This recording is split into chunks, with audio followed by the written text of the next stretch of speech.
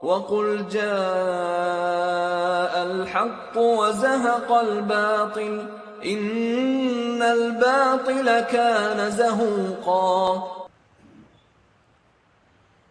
إن الحمد لله نحمده ونستعينه ونستغفره ونؤمن به ونتوكل عليه ونعوذ بالله من شرور أنفسنا ومن سيئات أعمالنا من يهده الله فلا مضل له ومن يضلله فلا هادي له وأشهد أن لا إله إلا الله وأشهد أن محمدا عبده ورسوله أما بعد فقد قال الله تعالى في كلامه المجيد والفرقان الحميد فأعوذ بالله من الشيطان الرجيم بسم الله الرحمن الرحيم وانكحوا الأيام منكم والصالحين من عبادكم وإمائكم إن يكونوا فقراء يغنيهم الله من فضله والله واسع علیم۔ تعریف صلی اللہ رب العالمین کے لیے جو یک و تنہا اس کائنات کا خالق و مالک ہے۔ انگنت بے شمار درود و سلام سب سے آخری نبی احمد مجتبی محمد مصطفیٰ صلی اللہ علیہ وسلم کی ذات گرامی پر اللہم صلی علی محمد وعلی آل محمد کما صلیت علی ابراہیم وعلی آل ابراہیم انکا حمید مجید اللہم بارک علی محمد وعلی آل محمد کما بارکت علی ابراہیم وعلی آل ابراہیم انکا حمید مجید رب اشرح لی صدری ویسر لی امری واحلل عقدۃ من لسانی یفقہوا قولی ربی زدنی علما ربی زدنی علما ربی زدنی علما۔ آج کے اس خطبہ جمعہ میں عنوان جو آپ کے سامنے رکھنا ہے وہ ہے نکاح مسنون۔ نکاح مسنون کسے کہا جاتا ہے؟ نکاح مسنون کن چیزوں کے جمع کرنے پر ہوتا ہے؟ اور وہ کون سا نکاح ہے جس سے ہم کہہ سکتے ہیں کہ یہ سنت نکاح یا نکاح مسنون ہے؟ ورنہ بولنے میں اور بتانے میں ہر شادی کے کارڈ پر لکھا ہوتا ہے نکاح مسنون، اور اسی کے نیچے رسموں کی دعوتیں دی جاتی ہے۔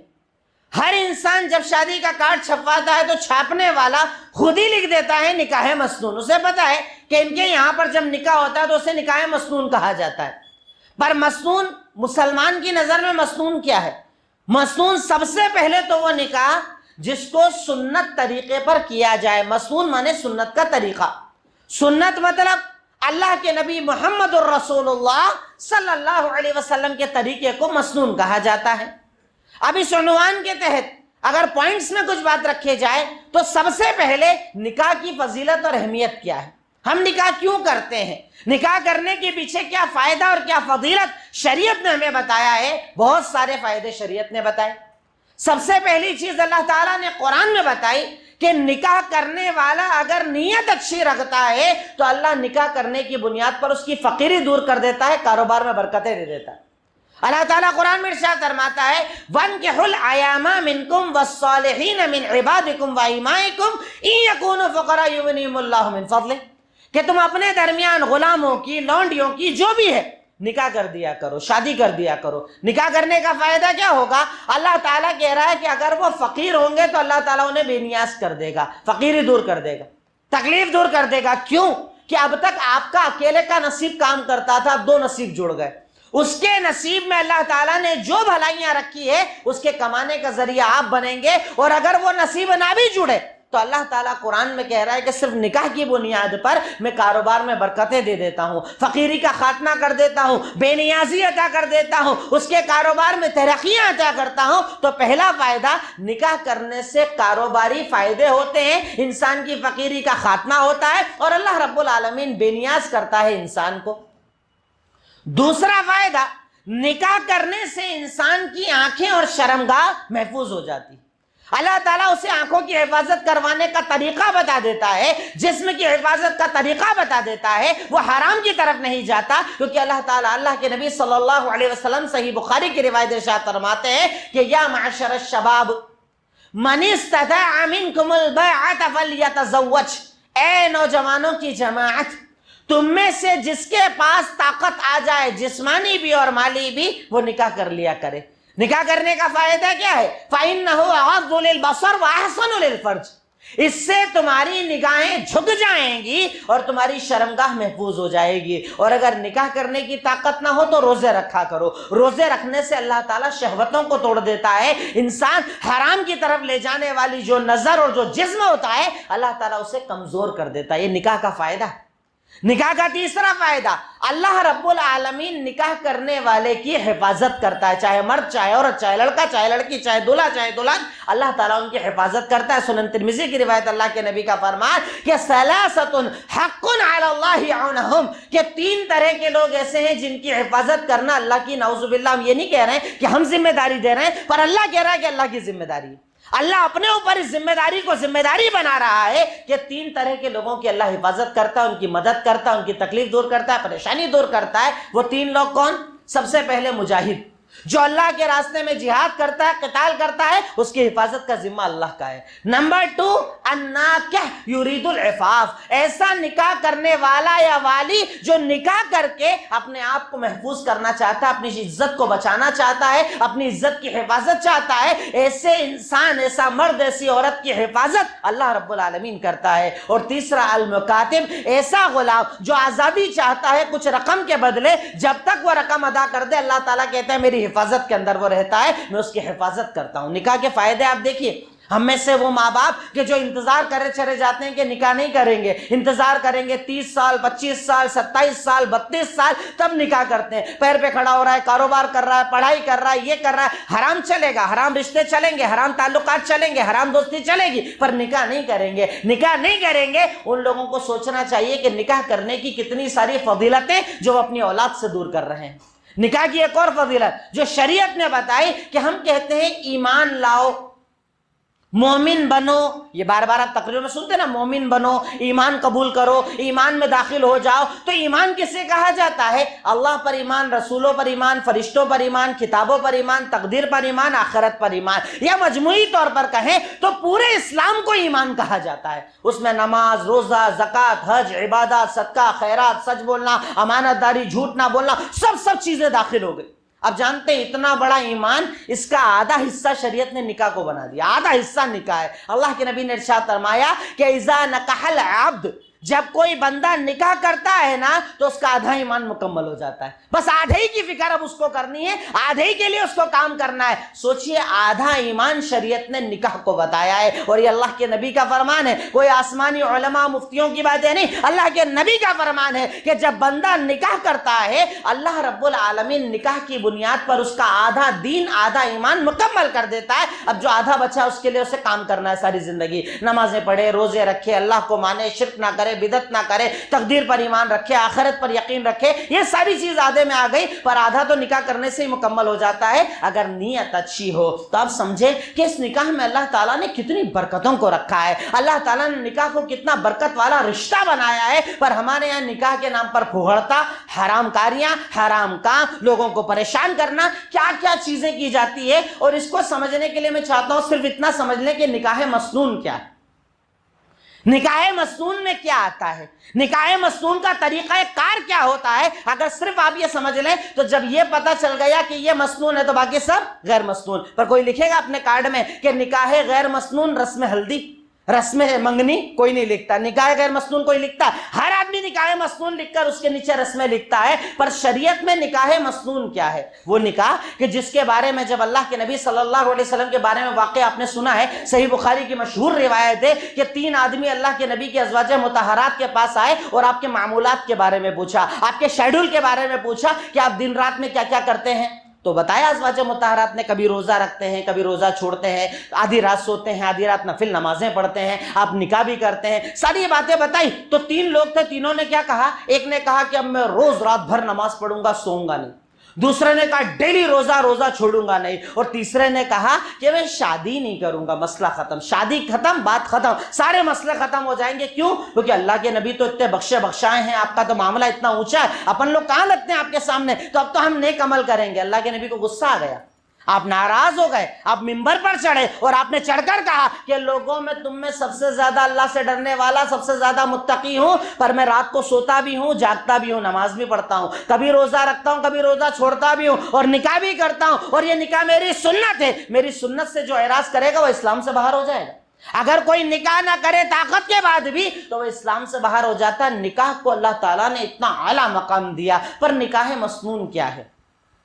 نکاح مسنون کیا ہوتا ہے؟ نکاح مسنون کی بھی کچھ سٹیپس کے اندر آپ اس کو سمجھ سکتے ہیں, اس کی کچھ سیڑھیاں ہیں. سب سے پہلی سیڑھی کہ جب آپ کو یہ طے ہو جائے کہ مجھے نکاح کرنا ہے, میرے بیٹے کا نکاح کرنا ہے, میری بیٹی کا نکاح کرنا ہے, تو سب سے پہلے اپنی بنیاد آپ دین کو بنا لو کہ دین کی بنیاد پر مجھے نکاح کرنا ہے. جیسا کہ اللہ کے نبی صلی اللہ علیہ وسلم نے ارشاد فرمایا, تنکح المرأۃ لأربع لمالها لجمالها لحسبها ولدینها فاظفر بذات الدین تربت یداک. کہ کسی بھی لڑکی کو جب آدمی تلاش کرتا ہے, لڑکے کو تلاش کرتا ہے, تو 4 بنیادوں پر تلاش کرتا ہے. بنیادیں حرام نہیں ہیں, دیکھ سکتے ہیں آپ, پر شریعت نے کہا بنیاد کس کو بناؤ؟ کہا 4 بنیادوں پر لوگ نکاح کرتے ہیں. پہلی بنیاد مال, پیسہ کتنا ہے, پیسہ کیسا ہے, کاروبار کیسا ہے, گھر بار کیسا ہے. سب سے پہلے آدمی مال دیکھتا ہے. دوسرے نمبر پر حسب, خاندان دیکھا جاتا ہے, کون سے خاندان سے تعلق ہے, کس خاندان کس قبیلے کے ہیں, یہ دیکھا جاتا ہے. تیسری چیز جمال, خوبصورتی دیکھی جاتی ہے. ہم میں سے تو بہت سارے خوبصورتی کے معاملے میں ایسے ہوتے ہیں کہ اپنے لڑکے کو نہیں دیکھتے, سامنے والے کی لڑکی ہی پر فوکس رہتا ہے. میرا لڑکا کیسا نظر آتا ہے وہ نہیں دکھتا ہے, پر جب رشتے دیکھنے جاتے ہیں لڑکی کی ہائٹ زیادہ ہے, ناک اچھی نہیں ہے, چہرہ اچھا نہیں ہے. ارے کسی کے جگر کے ٹکڑے کے بارے میں بول کر آ رہے ہو آپ؟ اس باپ نے اسے بڑا کیا ہے, اس ماں نے اسے سنبھالا ہے, اس بھائی نے اس کی حفاظت کی ہے, تب جا کر وہ جوان ہوئی ہے, اور آپ گئے ناشتہ کیا اور بول کر اگر اچھی نہیں ہے, خوبصورت نہیں ہے, ان ماں باپ پر کیا گزرتی ہے اس دنیا میں. اللہ تعالیٰ آپ کو یہ بات بتائے گا. بہت سوچ سمجھ کر جملے بولا کرو. اگر معاملہ نہیں بھی جم رہا ہے, بھائی اللہ نے مقدر نہیں کیا ہے, مجھے نہیں سمجھ میں آ پایا, اللہ تعالیٰ آپ کو بہتر رشتہ دلائے. کسی کی بچی میں عیب مت بتاؤ, کسی کے بچے میں عیب مت بتاؤ, پر لوگ خوبصورتی بھی دیکھتے ہیں. اور چوتھے نمبر پر چلا ہوگا تو نہیں تو بھی چلے گا, وہ ہے دین. نماز پڑھتی ہیں کیا؟ عبادت کرتی ہیں کیا؟ بچی کو قرآن پڑھنا آتا ہے کیا؟ میری نسلوں کو قرآن پڑھا پائے گی کیا؟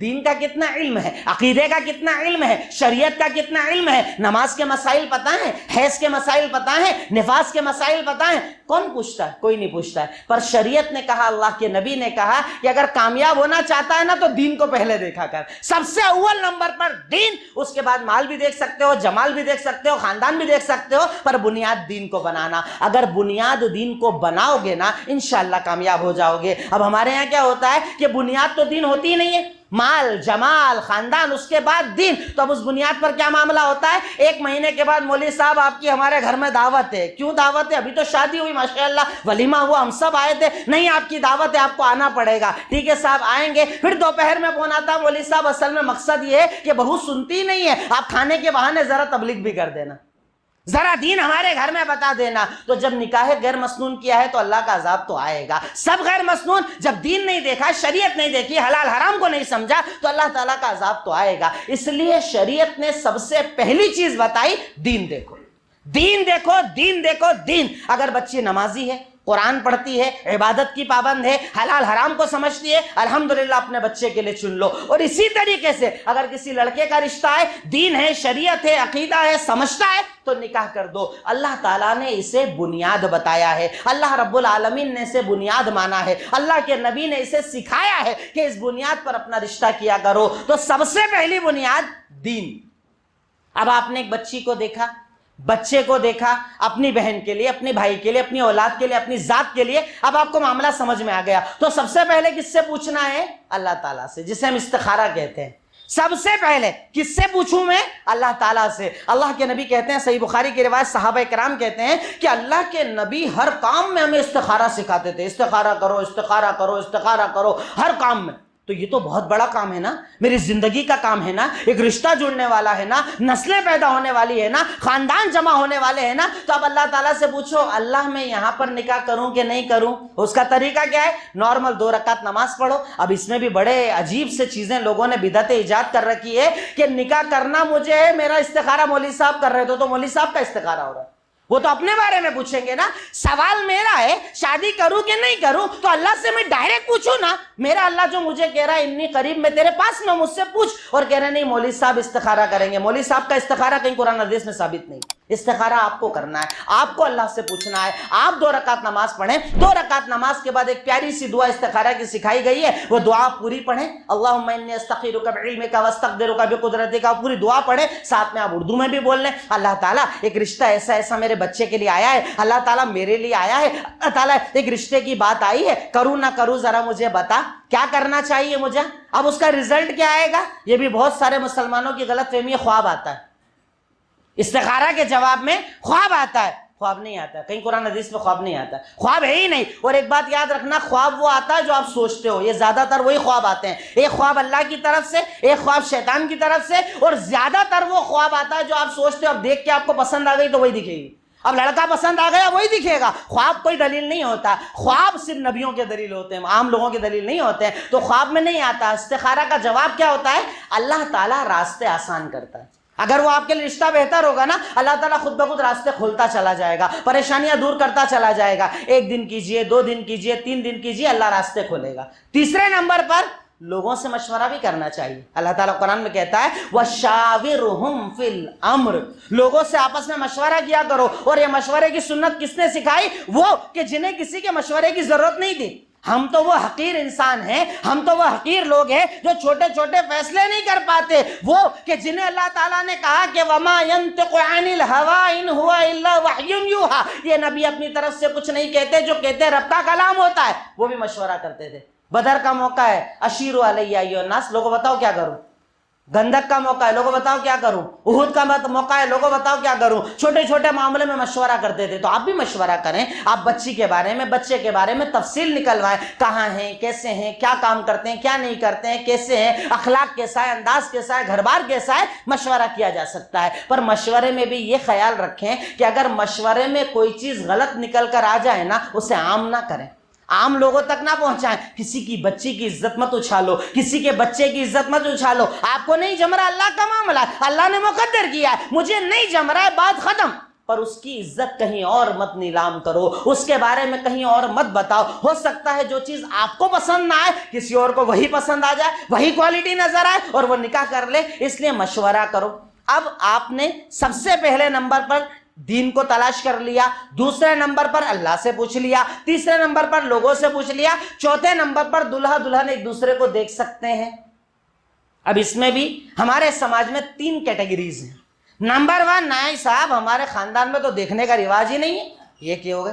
ایک دیکھنا کیا ہے, ساتھ میں موبائل لے کر آ جائیے, پہلی بار میں بات چیت ہے, موبائل دے دیجئے, اب موبائل میں بات کرو, گھومو پھرو, کوئی ٹینشن نہیں, آپ کا رشتہ طے ہو گیا. اور تیسرے نمبر پر دین کو سمجھنے والے جو ایک مرتبہ ملاقات کرواتے ہیں, جس کا شریعت نے حکم دیا. ایک بار دکھاؤ. اللہ کے نبی نے ایک صحابی سے پوچھا کہ نکاح کا ارادہ ہے, اس نے بتایا ہاں فلاں فلاں جگہ. کا دیکھا ہے, کا نہیں دیکھا, کا جا کر دیکھ, فَإِنَّهُ أَحَرَّ أَن يُؤْتَمَ بَيْنَكُمَا, جا کر دیکھ, اللہ تعالیٰ تم دونوں میں محبت پیدا کر دے گا. تو ایک بار لڑکا لڑکی کو دیکھ لے, لڑکی لڑکے کو دیکھ لے, کوئی مختصر گھر والوں کے سامنے کچھ پوچھنا چاہتا ہے, ایک مرتبہ ملاقات کرا دیں, بات ختم. اب یہاں تک جب چیزیں مکمل ہو جائے, اس کے بعد شریعت نے کہا کہ اب یہ نکاح کے لیے آسانیاں ہو چکی ہے. اب اس کے بعد اگلی سٹیپ کیا آتی ہے, ڈائریکٹلی نکاح. بیچ میں منگنی نہیں آتی ہے, بیچ میں ہلدی نہیں آتی ہے, بیچ میں کچھ نہیں آتا ہے, ڈائریکٹ کیا آتا ہے, اس کے بعد نکاح. اب مسنون نکاح میں کیا لگتا ہے, مسنون نکاح میں لگتا ہے ایک قاضی, 2 گواہ, لڑکی کا ولی, نقد مہر, اور بعد میں ولیمہ, کام ختم. یہ ہو گیا. اعلان ہونا چاہیے, اعلنوا ھذا النکاح. اللہ کے نبی نے ارشاد فرمایا کہ نکاح میں ذرا اعلان کر دیا کرو. اعلان نکاح جو چھپ کر نہیں ہوتا ہے. تو سب سے پہلے کیا تلاش کرو, ایک نکاح پڑھانے والا. نکاح پڑھانے والا آ گیا. اب 2 گواہ جو ایک ادھر سے ایک ادھر سے, اور کچھ لوگوں کو شامل کر لو تاکہ اعلان ہو جائے نکاح کا. اس کے بعد مہر طے کر لو کہ مہر کیا دو گے, مہر میں کیا ادا کرو گے. اب اس میں بھی ہم لوگ کیا کرتے ہیں, ولیمہ ہوتا ہے 15 لاکھ کا, مہر ہوتی ہے معجل یا عند الطلب, جب مانگے گی تب. اور لڑکیوں کو بھی ایسا لگتا ہے کہ مہر ایک ایسا بوجھ ہوتا ہے کہ آدمی طلاق نہیں دیتا ہے, اس لیے 1 لاکھ 2 لاکھ 1.5 لاکھ. شریعت نے کہا مہر وہ رقم ہے جسے پہلے ادا کرنا چاہیے. میاں بیوی ملیں, پہلے دن ملنے ملاقات کے پہلے اسے ادا کر دیا کرو. ارے اللہ تعالیٰ قرآن میں کہتا ہے وَآتُوا النِّسَاءَ صَدَقَاتُهُنَّ نِحْلًا, لوگوں کو ان کی مہر, لڑکیوں کو ان کی مہر خوشی سے دے دیا کرو, اچھے سے دے دیا کرو. اور مہر کو نقد ادا کرنا افضل ہے. یہ نہیں ہے کہ ادھار نہیں دے سکتے, جائز ہے, پر نقد دینا افضل ہے. اتنے بڑے بڑے پروگرام کرتے اور نقد نہیں دیتا. میں تو کہتا ہوں قاضی کو پہلے ہی سوال کر لینا چاہیے, مہر کدھر ہے, کہا بعد میں دیں گے, کہا کوشش کر کے نقد ادا کرو. اگر قاضی پوچھنے لگ جائے نا تو لوگ بھی دینا شروع کر دیں گے. نقد مہر ادا کرنا چاہیے, یہ شریعت کا حکم ہے. اور اس کے بعد ولی, یہ بھی آج کل ایک معاملہ, لڑکیاں بھاگتی ہے, نکاح کر کے واپس گھر آ جاتی کہ ہمارا نکاح ہو گیا. بنا ولی کے نکاح نہیں ہوتا. اللہ تعالیٰ, اللہ کے نبی نے ارشاد فرمایا لا نکاح الا بولی, ولی کے بنا نکاح نہیں ہوتا. دوسری جگہ ارشاد فرمایا ایما امرأۃ نکحت بغیر اذن ولیہا, کہ اگر کوئی بھی لڑکی اپنے ولی کی اجازت کے بنا نکاح کرے گی فنکاحها باطل فنکاحها باطل فنکاحها باطل, اس کا نکاح باطل ہے, باطل ہے, باطل ہے. آپ نے نکاح کو جائز ہی قرار نہیں دیا. وہ نکاح نہیں, نعوذ باللہ زناکاری ہے جو آپ کر رہے ہیں. نکاح تبھی ہوتا ہے جب ولی راضی ہو. اور ولی کون ہوتا ہے؟ اس میں بھی ایک رسم جو ہمارے یہاں وہ بھی بتاتا چلو, نکاحی باپ. اسلام میں کیا باپ بدلتے ہیں؟ نکاح کا ابا الگ, طلاق کا ابا الگ, پیدا کرنے والا ابا الگ, پالنے والا ابا الگ. ابا ایک ہی ہوتا ہے, نکاحی باپ نہیں ہوتا. اسلام میں کوئی نکاحی باپ نہیں ہے. وہ تب ہوتا ہے کہ جب ولی کسی کو کہے کہ آپ پڑھا دو, مجھے نہیں بولنا آ رہا ہے, میں نہیں بول پا رہا ہوں, تب بنے گا محرم رشتہ دار. اصل ولی ہوتے ہیں والد. والد نہیں ہے بھائی, وہ نہیں ہے چاچا, اس کا ایسا محرم رشتہ دار جو اس کا ذمہ دار ہے, وہ اس کا نکاح کرانے کا حق رکھتا ہے, الگ سے کسی کو. ورنہ 50 نکاح میں ہم جب پڑھانے جاتے پوچھنا پڑتا ہے بھائی یہ کون ہے, کہا یہ نکاحی ابا ہے. نکاحی ابا تو کوئی ہوتا ہی نہیں ہے, وکیل ہے. وکیل محرم ہے, کہا نہیں. تو یہ پوچھنے کیسے جائے گا, یہ لڑکی سے بات کیسے کرے گا, یہ غیر محرم ہے. اگر وکیل بنانا ہے تو محرم رشتہ دار کو بناؤ. محرم رشتہ دار کا کام ہوتا ہے وہ جائے گا, قبول کروائے گا اور ساتھ میں 2 گواہ لے کر جائے گا. اب وہاں جائے گا, اس نے پوچھا, نقد مہر ادا کی, کام ختم, یہ آپ کا نکاح مکمل. اب اس کے بعد نیکسٹ اسٹیپ آتی ہے ولیمہ, جو ضروری ہے. ولیمہ, اس میں بھی ایک فیشن ہے آج کل, نکاح ہوتا ہے اور اسی وقت ولیمہ ہو جاتا ہے, سب ہو گیا ولیمہ, کام ختم. ولیمہ تو کر لیں گے, یہ پروگرام بہت بڑا ہے, ولیمہ چھوٹا سا من ہوا تو کریں گے, نہیں تو کوئی بات نہیں. ولیمہ فرض ہے, ولیمہ ضروری ہے, ولیمہ نہ کرنا گناہ ہے. ایک مرتبہ اللہ کے نبی صلی اللہ علیہ وسلم نے اپنے ایک ساتھی کو دیکھا, جیسے آج ہمارے دور میں خواتین ہلدی لگاتی ہیں نا خوبصورتی کے لیے, اس دور میں بھی ایک چیز استعمال ہوتی تھی جس کا ایک نشان کلر ہوتا تھا. صحابی کے کپڑے پر آپ نے وہ کلر دیکھ کر پوچھا کیا نکاح کر لیا, عرستا, نکاح کر لیا. اب سب سے پہلا سوال تو اللہ کے نبی کو نہیں بتایا, نکاح کر لیا. ہم کہتے ہیں, ہم کئی مرتبہ ہوتا ہے لڑکی والا کہہ رہا, لڑکے والا بھی بولتا ہے کئی بار کہ ہم نہیں لانا چاہتے لوگوں کو, تو لڑکی والا بولتا صاحب ہماری عزت بہت ہے, سماج میں لانا ہی پڑے گا آپ کو. تو ہم اگر نہیں کریں, ارے گھر کے ہم 500 لوگ ہو جاتے. کس کے گھر میں 500 لوگ ہوتے ہیں؟ میں تو نہیں جانتا کوئی ایسا گھر جو 500 لوگوں کا گھر ہو. آج کل تو 4-3 فیملی ایک ساتھ نہیں رہتی, 500 لوگوں کا گھر ہے صاحب. ہمیں تو کرنا ہی پڑتا ہے.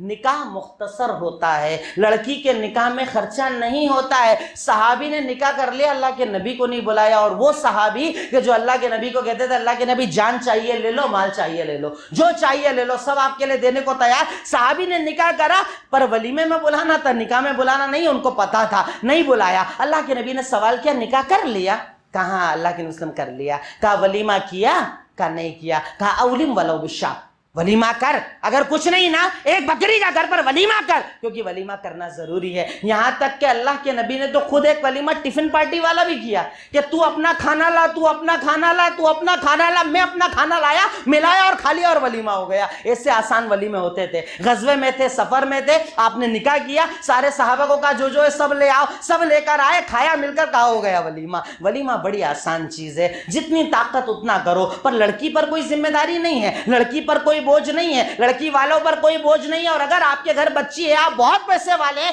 تب بھی اگر آپ کو لڑکے والے کہہ رہے ہیں کہ صاحب ہم نہیں چاہتے, تو اللہ کے لیے ان کا ساتھ دو, ان کا ساتھ دو. اپنی عزت, اپنی غیرت ایک طرف رکھ کر اللہ کے نبی کی محبت دکھاؤ کہ اگر آپ ہمارے ساتھ ہو. کیونکہ کئی مرتبہ لڑکی والا تو مجبور ہو جاتا ہے. اب اگر سامنے سے لڑکے والا کہتے مجھے تو 200 لانا ہی ہے, کیا کرے گا بیچارہ, کرنا پڑتا ہے. پر اگر آپ اس کا ساتھ دیں گے نا, تب یہ سماج بنے گا انشاءاللہ. تب یہاں پر مسنون نکاح ہوں گے. اور مسنون نکاح, بخاری کا وہ واقعہ کہ ایک مرتبہ اللہ کے نبی صحابہ کرام کے ساتھ بیٹھے ہیں, ایک خاتون نے آ کر کہا وہبت لک نفسی.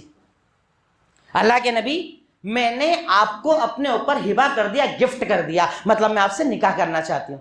اللہ کے نبی خاموش۔ واقعہ سنا ہوگا، کبھی اس مجلس میں خود بیٹھ کر دیکھو، ایک بار کیا وہیں پر بیٹھے ہوئے ہو اور وہاں نکاح آپ کے سامنے ہو رہا ہے، کہا میں نے آپ کو ہبہ کر دیا۔ اللہ کے نبی خاموش۔ ایک صحابی کھڑے ہوئے، کہا اللہ کے نبی سنیے، اگر آپ کو نہیں کرنا ہے تو میرا نکاح کروا دو۔ اللہ کے نبی نے خاتون سے پوچھا ایگری، لڑکے سے پوچھا ایگری، کہا ٹھیک ہے میں تم دونوں کا نکاح کروا دیتا ہوں۔ اب آپ نے پہلے لڑکے سے سوال کیا مہر میں کیا دے گا؟ ہمارے یہاں قاضی پوچھتے ہیں مہر میں کیا دو گے؟ پہلا سوال مہر میں کیا دے گا؟ کہا اللہ کے نبی کچھ بھی نہیں میرے پاس، کچھ بھی نہیں مہر دینے کے لیے۔ ارے جا تلاش کر کے کچھ تو لے کر آ، التمس ولو خاتمم من حدید، کچھ نہیں تو لوہے کی انگوٹھی لا، کچھ تو لے کر آ، کہیں پہ نکاح کراؤں گا تیرا؟ کہا اللہ کے نبی کچھ بھی نہیں ہے، گئے ڈھونڈ کر آ گئے کچھ نہیں ہے۔ کہا اللہ کے نبی سنیے، یہ چادر ہے جو میں پہن کر آیا ہوں، آپ بولو تو پھاڑ دیتا ہوں، آدھی اسے دے دیتا ہوں، آدھی میں رکھ لیتا ہوں، تو آدھی دے گا نہ اس کا فائدہ نہ تیرا فائدہ۔ اچھا، پھر اس کے بعد ایک سوال کیا، هل معك شيء من القرآن؟ صحابی سن، تیرے پاس کیا قرآن ہے؟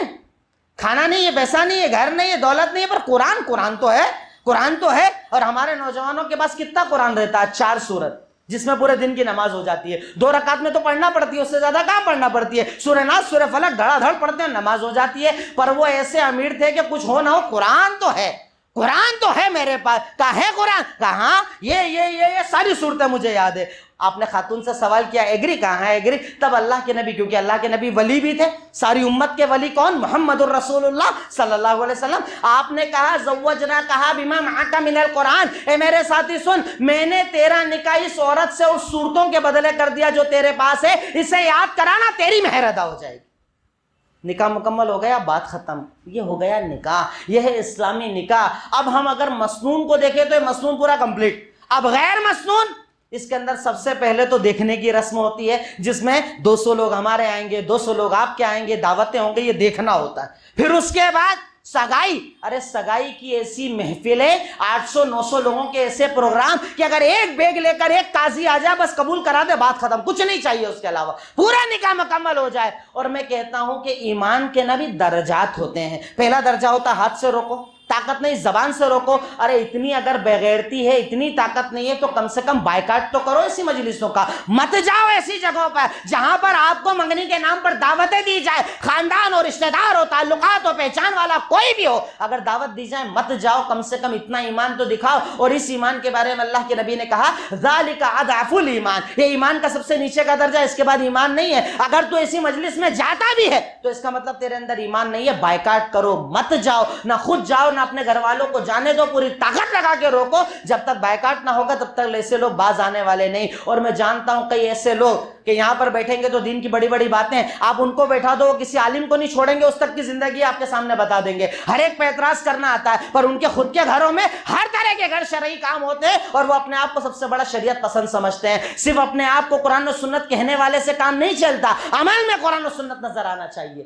نکاح کے بعد جب آپ نے بات مکمل کر لی، منگنی نہیں، اس کے بعد آگے بڑھتے ہیں تو کارڈ آتا ہے نکاح مسنون، نیچے لکھا ہے رسم ہلدی۔ اور میرے اور آپ کے نبی محمد الرسول اللہ صلی اللہ علیہ وسلم جب دنیا میں آئے، حجۃ الوداع کے موقع پر پتہ ہے آپ نے ایک جملہ کہا تھا کہ لوگوں سنو، میں رسموں کو اپنے پیر کے نیچے روندنے کے لیے آیا ہوں، میں رسموں کو نہیں مانتا، میں سنت کو مانتا ہوں، جو میں نے بتا دیا وہ دین، یعنی اسلام میں کوئی رسم ہلدی کا بھی تصور نہیں ہے۔ اب اس کے بعد صاحب جب ہمارے گھر شادی ہے تو جو دل چاہے گا ہم روڈ بند کریں گے۔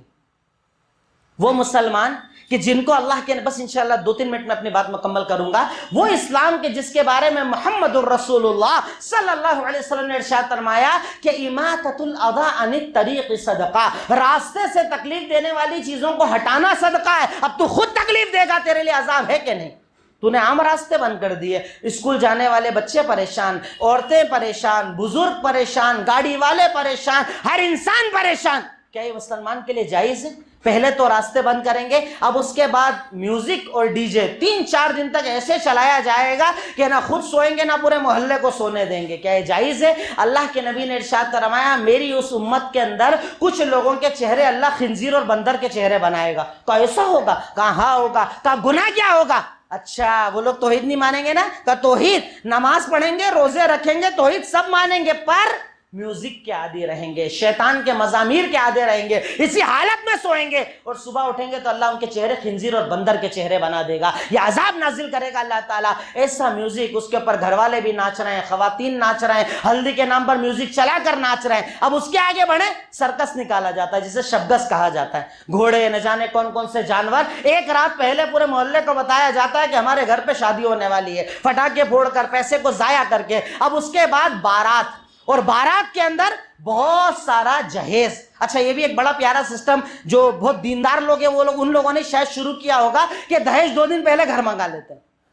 سب دہیج دکھاتے تھوڑی ہیں ہم لوگ، دہیج کہیں نظر نہیں آئے گا آپ کو، آپ آنا شادی میں کہیں نظر نہیں آئے گا۔ کیوں؟ کیونکہ گاڑی سامان تو 1 دن پہلے ہی آ گیا، 2 دن پہلے ہی گھر آ چکا ہے۔ وہ بڑے اچھے لوگ ہیں دیندار، ہم بھی بڑے اچھے دیندار، ہم نے 2 دن پہلے لے لیا۔ میں کہتا ہوں کہ جب اگر لڑکی سے دہیج لو نا تو گھر آتے ہی اس کو بول دو کہ بیٹا کل سے اب تیری چلے گی اس گھر میں، تو جو بولے گی پکے گا، تو بولے گا میرا بیٹا کام پہ جائے گا نہیں تو نہیں جائے گا، تجھے جتنے دن تیرے گھر جانا ہو جا، کوئی روک نہیں سکتا۔ کیوں؟ کیونکہ قرآن میں اللہ نے کہا ہے کہ تو قوام ہو چکی ہے ہمارے اوپر، الرجال قوامون علی النساء، ہم نے مرد کو ذمہ دار بنایا، مطلب کھانا پینا رہنا کپڑا آدمی کا انتظام کرنے کی ذمہ داری ہے۔ اب اگر آدمی نہیں کر رہا تو کر رہی، مطلب تو قوام ہے، اب تو طے کرے گی میرے گھر میں کیا ہوگا۔ پر وہی ساس، وہی بہنیں، وہی گھر والے، جب بہو ذرا سی اپنی چلانے لگے تو برا لگتا ہے، تو سامان بھی تو لائی اتنا سارا، بیڈ روم اسی نے بنایا ہے، اب اس کے حساب سے رہے گی، فریج وہ لائی ہے اس کے حساب سے رکھے گی، اے سی اس کا ہے اس کے حساب سے چلے گا، گاڑی اس کے حساب سے چلے گی کیونکہ وہ لے کر آئی ہے۔ لیکن وہاں پر غیرت، مردانی اور سب طاقتیں باہر آ جاتی ہے، اور لیتے ٹائم کیوں نظر نہیں آتا؟ اللہ کے لیے وہ اپنی بچی کو دے رہا ہے، اس کی بہن کو دے رہا ہے۔ آگے بڑھ کر کہو کہ ہمیں کچھ نہیں چاہیے، ہمیں صرف آپ کی بچی چاہیے۔ آپ جو دے رہے ہو نا وہ کوئی نہیں دے سکتا، آپ اپنی اولاد ہمیں دے رہے ہو، ہمیں کچھ نہیں چاہیے، جو ہماری طاقت ہم انتظام کریں گے انشاءاللہ، جو ہماری طاقت ہم کھلائیں گے انشاءاللہ۔ یہ آسانی والا کام، کم سے کم لوگ جاؤ، نکاح کرو، بچی کو لاؤ۔ ہاں آپ کو اللہ نے طاقت دی، بڑا ولیمہ کرو، اچھا کھانا کھلاؤ، رشتہ داروں کو بلاؤ، تعلقات والوں کو بلاؤ، لیکن لڑکی کے گھر والوں پر بوجھ نہ بنو، آسانی والا عمل کرو۔ اور اس میں دونوں شامل ہیں، نہ صرف لڑکے والا بلکہ لڑکی والا۔ اگر آپ کے پاس طاقت بہت زیادہ ہے، آپ کی بچی کی شادی ہے، پھر بھی کوشش کرو کہ آسانی والا عمل کرو، آپ مثال بنو گے، آگے والے عمل کریں گے انشاءاللہ۔ اور اگر ایسا نکاح کرو گے نا تو یہی وہ نکاح جس کے بارے میں اللہ کے نبی نے ارشاد فرمایا، ان من اعظم النکاح برکہ ایسرہ مؤونہ، اس نکاح میں اللہ تعالیٰ برکتیں ڈال دیتا ہے جس میں کم خرچہ کیا جاتا ہے۔ کم خرچہ کرو گے اللہ برکتیں دے گا۔ تو آپ ہمیشگی کی برکت چاہتے ہو یا 4 دن کا نام اور نمود چاہتے ہو کہ میں نے تو ایسا کام کیا، میں نے تو ویسی شادی کی؟ کیا کرو گے دکھاوا کر کے؟ جو کھانے آئے ہیں نا وہ بھی بتا کر جاتے ہیں نمک کم تھا، گوشت کچا تھا، اچھا بناتا ہے خراب بناتا۔ اور بس ایک آخری چیز پر اپنی بات ختم کروں گا کہ اگر ولیمہ کرو تو سنت طریقے سے کھلاؤ۔ ہمارے یہاں یہ بھی کیا کرتے ہیں، باقاعدہ کھڑے ہو کر کھانا لگا دیتے ہیں، ساتھ میں 10 ٹیبل رکھی، ارے بیٹھنے کا انتظام تھا ہمارے یہاں۔ تو اگر آپ نے کھڑے ہو کر کھانا کھانے کا انتظام کیا ہے اور ایک آدمی بھی کھڑے ہو کر کھا رہا ہے، اس کا گناہ آپ کو بھی برابر ملے گا، کیونکہ آپ اسے کھڑے ہونے پر مجبور کر رہے ہو۔ بیٹھا کر طریقے سے، سنت طریقے سے کھانا کھلاؤ، اسی میں برکت ہے، اللہ نے اس میں برکتیں ڈالی ہے۔ اللہ تعالیٰ نے کہا، اللہ کے نبی نے ارشاد فرمایا کہ کھانے کے کس حصے میں برکت ہے تم نہیں جانتے، تھوڑا لو، جتنی ضرورت ہے اتنا کھاؤ، اچھے سے کھاؤ، مکمل کرو۔ اگر سنت طریقے پر کھلاؤ گے انشاءاللہ اس نکاح کے بعد آپ کے گھر میں برکتیں آئیں گی، آپ کی نسلوں میں برکتیں آئیں گی، آپ کے بچوں میں برکتیں آئیں گی، اور اللہ تعالیٰ آپ تمام کے گھروں کی حفاظت کرے گا انشاءاللہ۔ انہی باتوں پر میں اپنی بات کو مکمل کرتا ہوں۔ اللہ رب العالمین سے دعا گو ہوں، اے الہی، اے مولا، اے رب العالمین، اے خالق، مالک، رحمان رحیم، یقیناً تو ہی غفور، تو ہی غفار، تو ہی رحمان، تو ہی رحیم، تو ہی اول، تو ہی آخر، تو ہی ظاہر، تو ہی باطن، تو سمیع، تو بصیر، تو علیم، تو خبیر۔ اے رب العالمین، اے ارحم الراحمین، ہم تمام تیرے آگے فقیر، تیرے آگے محتاج۔